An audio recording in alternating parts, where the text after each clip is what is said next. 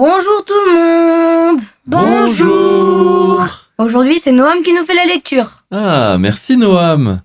Alors tu nous lis quel verset? Du verset 31 à 32. 32, voilà, de Matthieu 13 toujours. Une nouvelle parabole. Ouais, cool. Il leur proposa une autre parabole, et il dit, le royaume des cieux est semblable à un grain de sénévé qu'un homme a pris et semé dans son champ. C'est la plus petite de toutes les semences, mais quand il a poussé, il est plus grand que les légumes et devient un arbre, de sorte que les oiseaux du ciel viennent habiter dans ses branches. Merci Noam. Alors, une nouvelle parabole, mais toujours avec la même image, Les graines. les graines. Alors est-ce que vous pouvez me dire c'est quoi les points communs et les différences qu'on a par rapport aux paraboles d'avant? Là, on parle à nouveau d'une graine qu'on va planter, Ouais, donc une semence. donc une semence. Ce qui se différencie, là, on parle d'une graine Voilà. spécifique Ouais. qui est la plus petite des semences, Ouais. mais qui, quand elle va grandir, en fait, sera bien plus grosse Mm. que la normale. Donc là, dans celle-là, on parle pas de terrain, on parle que de semences.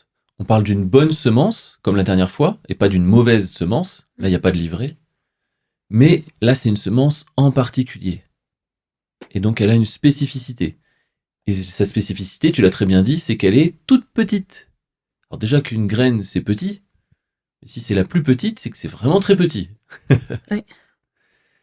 Et ça commence, c'est une parabole pour vous rappeler, hein, c'est pour parler du royaume. Donc ça veut dire quoi? Ça veut dire que au début, le royaume, ça peut passer inaperçu. C'est tout petit. Ah oui. Donc au début, le royaume, ça peut être tout petit, mais c'est pas parce que ça peut paraître tout petit, c'est pas parce que tout ne change pas radicalement du jour au lendemain, peut-être que ça veut pas dire que ça ne va pas changer. Ça veut pas dire que ça va pas gagner du terrain. Mm. Parce que cette graine-là, elle commence tout petit, petit, petit, mais à la fin, qu'est-ce qu'elle fait, Noam? Elle grandit. Elle grandit jusqu'à dépasser les autres et même Euh, abriter les oiseaux. Ah oui, abriter les autres. Trouve refuge dans les branches, dans les feuillages. Ok, donc on voit que le royaume, lui, depuis le début, hein, on est sur la semence, donc on est toujours sur cette croissance. Mm. Donc ça part petit, et peut-être même très petit si on compare à d'autres choses. C'est un petit peu comme, on a déjà fait la blague la dernière fois, mais si on parle de Star Wars,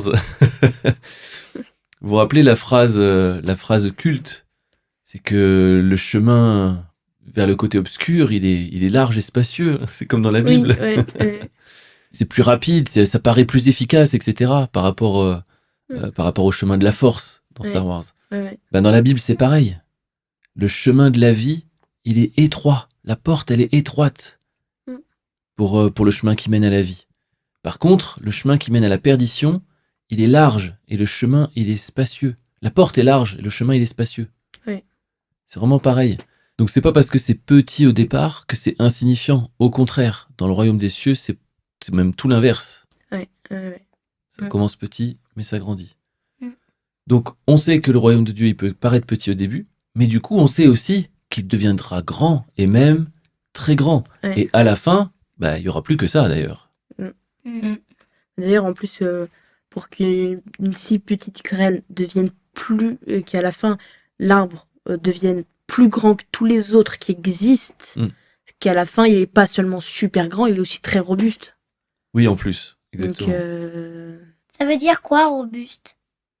Ah, robuste, ça veut dire costaud, qui est fort, Et qui résiste. tu vois. moi, dès que je pense à ces sortes d'arbres, je pense tout de suite à les mots qui me viennent à la tête, c'est sécurité, la paix et la joie de vivre. Carrément. En fait, il a un peu converti les autres plantes. Enfin, c'est pas qu'il a converti, mais il maîtrise les autres, quoi, en fait. Il a pris toute la place. Ouais. Et il y a donc, on l'a déjà nommé, mais il y a aussi une autre petite différence par rapport aux paraboles d'avant, parce que là, on parle du fruit, mais pas que. Parce qu'une graine qui germe, qui pousse, le but, c'est que ça porte du fruit. Ouais. Et que ça fasse multiplication.